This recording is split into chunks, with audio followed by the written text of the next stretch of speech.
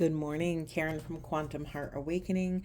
Today we're going to do a Divine Feminine check-in. It has been a while, so let's all take a moment to ground wherever you are, having gratitude that we get to be here together, to be a vessel for the highest and best possible good. Okay, Spirit, what do we need to know about the Divine Feminine Collective? What are they? Let's break this down specifically. What are they succeeding at? What does success look like right now for Divine Feminines? Thank you. Personal growth, love, and relationship change. I mean, come on. So what's succeeding is that Divine Feminine collectives are understanding true desire, true alignment, true balance. What does it look like to make a choice, to make every choice in alignment with what our truth, our soul, our spirit is actually calling for? Feminines are no longer compromising because they are on this journey of personal growth and expansion, or illumination, we can call it. There's less effort in love. There's less efforting in things regarding relationships. Now, yes, sure, intimate relationship, but it's really all relationships. We are allowing, Feminine collective is allowing anything or anyone that is no longer in alignment with their highest pleasure to leave their lives. No drama, no big fighting, very little chaos. Because when people bring us their chaos, or we find ourselves in chaotic circumstances, it is up to us to figure out how we respond to that moment. We do not have to unwrap every gift that the universe gives us. We get to use and wield our wisdom and intuition, which will feed our wise discernment, and we can make choices that are rooted in our highest the phrase heart frequency is coming up, but there's more to that, so let's dive in. Let's ask a specific question. What question do you want me to ask, Spirit? Okay, is there anything blocking, what else is blocking this ascension journey, this personal growth and transformation? Is there anything else blocking? What are the feminines confronting? What are the solutions to those blocks? Thank you. Completion. Not holding on, feminines. If you are kind of, if you're being confronted with some form of ending, it could be the ending of a relationship, friendship, a job experience. Maybe you've completed your time living in a certain part of the world. Allowing these things, instead of grieving them, instead of,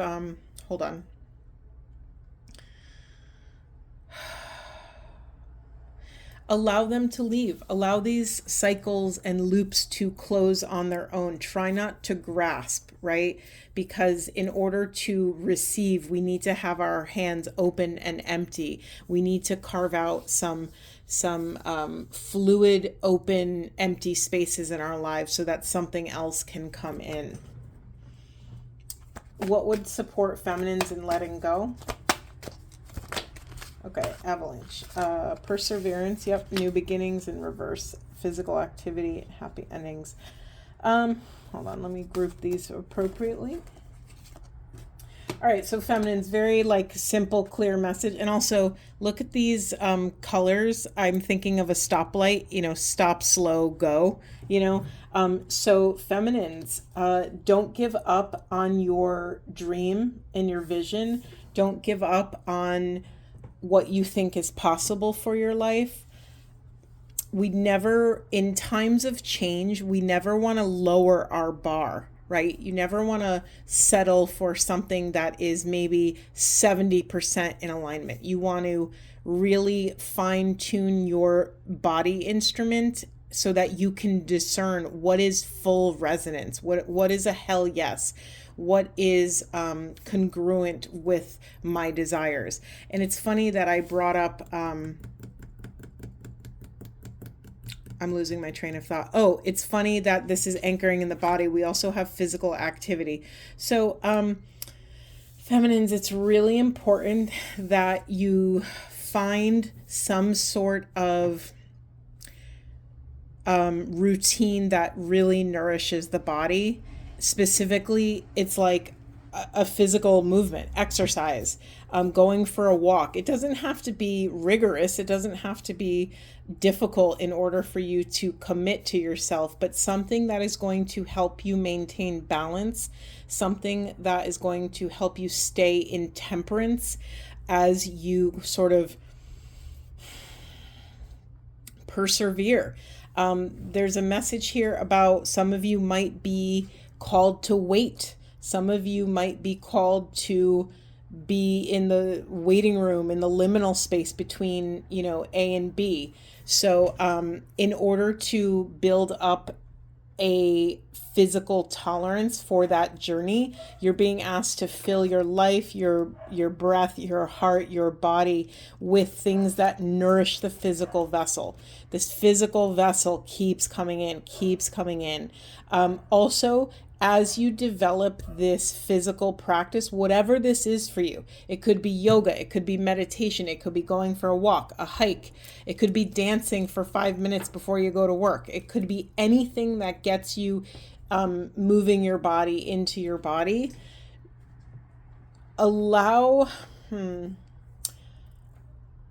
Set the intention, or have part of your intention be an invitation of source to meet you in this physical activity.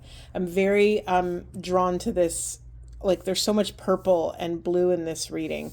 A lot of communication with source, whatever you call source. That could be God, it could be unity consciousness, it could be Mother Gaia, nature, whatever you deem as, this eternal, ineffable force in your life. Make sure that part of your physical practice includes an open communication with the divine. I'm not saying you have to do anything, but just say, move through me, I'm open to receive. Set the intention so that and it's not just, part one is setting the intention. Part two is actually surrendering to the mystery, allowing the mystery to show up on your front doorstep without trying to force something to happen, without running after something or trying to grasp at something. Anything else about that, Spirit? It's like you're very logical, you're being asked to be tenacious on the journey towards your happy ending, to not lose confidence, to not lose self-esteem just because it might be taking longer than expected. Your new beginning regarding your stability. Now that could be emotional, mental, spiritual stability, physical stability, where you live, family of origin stuff, financial security or stability. Anything that has to do with your root chakra is might take a little bit longer to come in. So be present with yourself. Keep your eye on your ultimate frequency that you want to call into your life, and do what you have to do to babysit that frequency. If we want to call in more happiness in our lives, it would behoove us to cultivate a joyful frequency, right? It would behoove us to forgive often and quickly, to not hold on to any sort of angst, anger, resentment, any sort of denser energy. Now, I'm being called to just remind everyone that the universe is neutral. We are the ones that assign meaning, but we can't help but to honor our humanity. Like, we're human. We're going to associate certain things with different emotions, right? I would assume that the majority of people think like sorrow and despair are denser energies. They take up more space, where like joy and silliness are sort of like effervescent. They don't seem to require as much of us, and we could get into the habit of labeling these differences as good or bad, but really remember, we are in charge of the value system. We assign value to what we're feeling and what we're experiencing. So, like, just to give you an extreme example, if someone loses their job, one person might look at that as the end of the earth. Another person might look at that and be like, wow, what a great opportunity. Now I can go on that adventure that I couldn't do before. We are in control of so much more than we think. And so if we could just focus, sorry, I'm getting so many other threads and storylines, but I just want to hammer this in, that we are being called to parent or babysit our frequency. I'm going to leave that there. Let me just check what's in the unconscious position. Yeah, abundance. Feminine, some of you need to do some self-esteem work. And self-esteem work doesn't have to be like, this lifelong, dense childhood trauma, big thing. We all have had experiences in our lives. It could be moment. It could be you're walking down the street and some random person yells something at you and it rattles you and it really triggers you or makes you feel a certain way. It's okay. Like, it's okay. These experiences happen, and it's okay if they rattle us and make us doubt ourselves. So, hold on. Feminine, some of you don't believe that you're worthy of this abundance. Some of you don't believe it exists, don't believe it ever could happen for you. And there's that quote that's like, those that don't believe in magic, what is that? I'm going to mess it up. I'm already messing it up. Those that don't believe in magic will never find magic, or something like that. I mean, that's it, right? That's the core of this. If we don't believe that wonderful things can happen to us, if we are so rooted in that terrible things only happen to us, then we are blocking so much potential, so many opportunities from coming in. So, it's okay if you can't access this like abundant, expansive mindset, but at minimum, try to stay neutral about possibilities. Okay. Neutral is wonderful. Neutral is a great place to be. Not everyone feels that way. I think neutrality is wonderful. If you think about all the other things that we could be, being neutral in a difficult moment is unbelievable. I often say that if we can stay neutral about something, or at minimum like grounded, we can get curious. And in the energy and space of curiosity, there is infinite potential to access. Okay. Anything else, Spirit? Anything else? Where do we want to go? I know what I want to get. What does the Divine Feminine need to know right now? After hearing all of this deliciousness, after learning about closing circles, allowing things, people, places that no longer resonate to leave their lives, honoring this loving relationship with self and other, what else do they need to know? Or what else would you like to share with us? Anything else?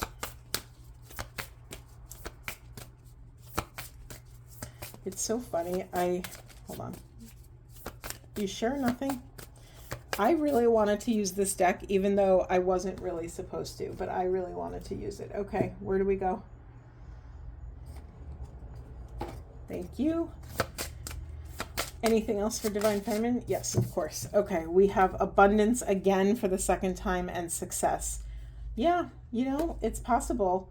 A really lovely journal prompt for you feminines might be, if you were to dream up your wildest life and not limit yourself and not allow the constraints of a rational, logical mind to shadow your desires, what would your dream life look like? Don't hold back. There's no rules here. What would it look like? What would and don't try not to get into the habit. Like, I think when most people, if people were handed a genie and they could grant wishes, most people would say like money or whatever. Try not to fall into the trap of like a generic life desire. Really take time, get quiet, meditate on what you actually want. At this chapter of my life, it's just really funny. Like, my tastes have changed, my desires, my dreams have changed, and things I really, really wanted in my 20s and 30s are just no longer resonate. That's the beautiful thing. If we are lucky enough and blessed enough to age, that we just kind of become more concentrated versions of ourselves, and we get to steep even deeper in our alignment, in our desires. We have even more discernment as we do this work. So be really honest with yourself, feminines, about what is success to you. What would bring more ease to your nervous system? What does abundance look like? And in what areas of life does abundance show up? Is it family? Is it relationship? Is it finances, career? Is it being in service to the collective? Like, you get to go anywhere with this. Is there anything, what else is blocking success? Is there anything else blocking success? This isn't the right deck for this question. Hold on. Thank you, Spirit. What else is blocking success? Thank you. We have new beginnings. We're getting repeating messages here. We literally have doubles of cards here. Let me just check what's in the unconscious position. Lighten your load, feminines. Yeah, you're being called to walk through this portal. There is a new life that is on the horizon that wants to come through for you, feminines. It's your job to let it. It might be really scary to let that job go, or that relationship, or that friendship, or that apartment or house. It might be, I worked really hard in my 20s to buy a house, and it was like my primary goal. I wrote it on a piece of paper when I was 20 that I wanted to buy and own a home before I was 30, and I did it at 28. And on top of that, I gutted a home and renovated it, and I was so proud of myself. But it wasn't all it was cracked up to be. I worked so hard for this one goal, and then I almost felt deflated when I achieved it. And it kind of was because it was something that I thought I should be doing. And it's funny, after being in that house for about 10 years, I ended up selling it. And I moved into an apartment, and normally that might sound like a step backwards for most people, but for me, my quality of life went through the roof. So I really can't, I can't judge my choices based off of this life escalator that we all sort of consciously or unconsciously compare ourselves. So feminine, just be really honest about what you actually want, not what you think you should want, but what you actually want. What sort of new beginning are you open and willing for? And, this is taking it a step deeper. Not everyone's ready to ask themselves these questions, but is there anything you're holding on to that is weighing you down? Are there any things, sometimes we can stay attached to things because it's comfortable, or because of family pressure or relationship pressure. If you really want to live somewhere that's far away from your family, like, that's your truth. Honor your truth, whatever it is. No matter how hard it might be to, bring that to fruition, or it might be hard to confront the people you love, to say, hey, I love you and I'm moving to another country or whatever it is. This is also like, hold on. Feminines, it's really hard to ask for help. Do it anyway. Do the hard thing. Try to take as much off of your plate as possible. It doesn't say anything about you or your ability or your character if you give up the reins from some tasks. Specifically, I mean, this is for everybody, but specifically if you are a parent or a mother,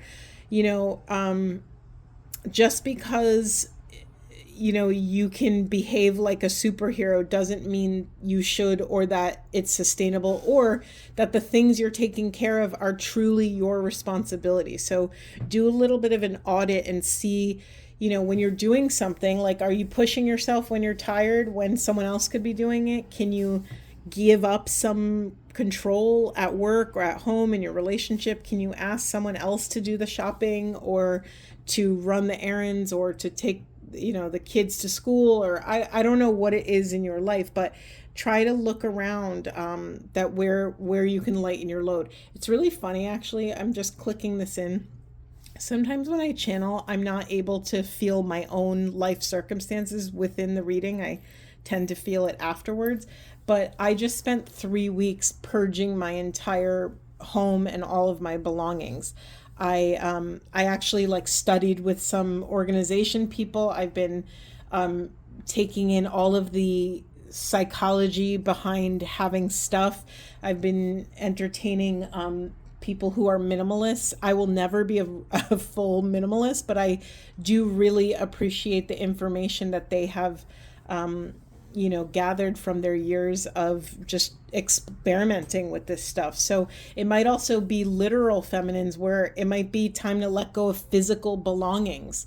Don't let any of your belongings bully you. That is the number one thing I've learned. If you have, it's like, are you keeping something just because it was your grandmother's and it's nostalgic and it's a family heirloom? Like, that's a lot of ancestral pressure. You don't have to. And I know that's very controversial, because I have a storage unit full of family furniture and family this and family that, but it's like, it's not doing anyone any good. It's not bringing more love to my life because it's in a storage unit. You know what I mean? So same with clothes. If you have clothes in your closet that no longer fit you, they're essentially bullying you, because every time you see it, you're like, oh, I should lose weight or do whatever. And you don't need that in your life. Nobody needs that in their life. Or like promotional stuff. I don't know why a vision of a logo, like how much, when you get like free stuff from companies like swag, or whether it's pens or magnets, or drink cozies, or anything with like logos on it, like, let it go. You don't need it. Yes, it's exciting to get free stuff, but is it really free, or is it costing you peace of mind? Is it costing you some freedom and space in your mind, in your physical environment? Okay, anything else? Let's try to wrap it up, Spirit. Where do we want to go? Where do we want to go? All right, thank you. Actually, no. Now, can we use these cards? Is there a message you'd like to leave with the Divine Feminines? Hold on, that felt weird. Okay. Anything you'd like? We're not going to take these. We are going to take these. I am a source of creativity. My intuition is the perfect guide. My personal growth is unlimited. I am a magnet for loving kindness. These are such beautiful affirmations. Again, this is, I don't think it's an accident all of these came out together. It's reminding me that some of us are pushing the idea of abundance, potential, and possibility into the shadow, meaning we don't want to look at it. We don't believe it could happen for us. We don't believe it could be true for us. So if you would like some homework, it's voluntary, but if you'd like some homework, feminines, practice saying these things out loud. My intuition is the perfect guide. I am a magnet for loving kindness. I always get what I want. Everything always is working out in my favor. My personal growth is unlimited. I am unlimited. I am an infinite being filled with infinite potential. Anything can happen. And if, as this is a recording, so you can go back and listen to some of these things. If you catch yourself contracting over any of these phrases that I've said, write it down, because usually the most uncomfortable one is the bullseye. That's exactly where we need to focus our energy, so that we can start to rewrite some of those patterns, right? Because we are all born as this infinite loving innocent, divine, precious creature. You know, if we have any sort of dark, negative, dense story about ourselves, you better believe that we learned it from somewhere other than our true self, other than our higher self. So just remember that anytime you hear sort of a sabotaging voice, the inner saboteur, it's not real. It's not you. It's, you know, you've heard it from somewhere, or you got societal pressure or patriarchal BS pressure to be a certain way, look a certain way, achieve certain things. It's all nonsense. Really, your only job here is to be the most you that you can be and cultivate your own joy. That's it. Your mission is pleasure. Your mission is to cultivate that juicy flow in your life. Okay. I'm going to just grab one of these because Spirit did want me to use this deck. Let's see. We started with this message and we're ending with this message. A perfect bookend. We have let go. Enjoy the pulsing light of the firefly, but don't hold on too tight. Right? What happens if you hold on to a firefly too tight? Oftentimes you'll kill it, right? And then the light goes out forever. All right, feminines, thank you so much for being with me today. It's been a while. I really missed you guys. And thanks for those of you who are hanging in there with me. I really appreciate it. All right, much love to all of you. I hope this was supportive, and I will see you in the next one.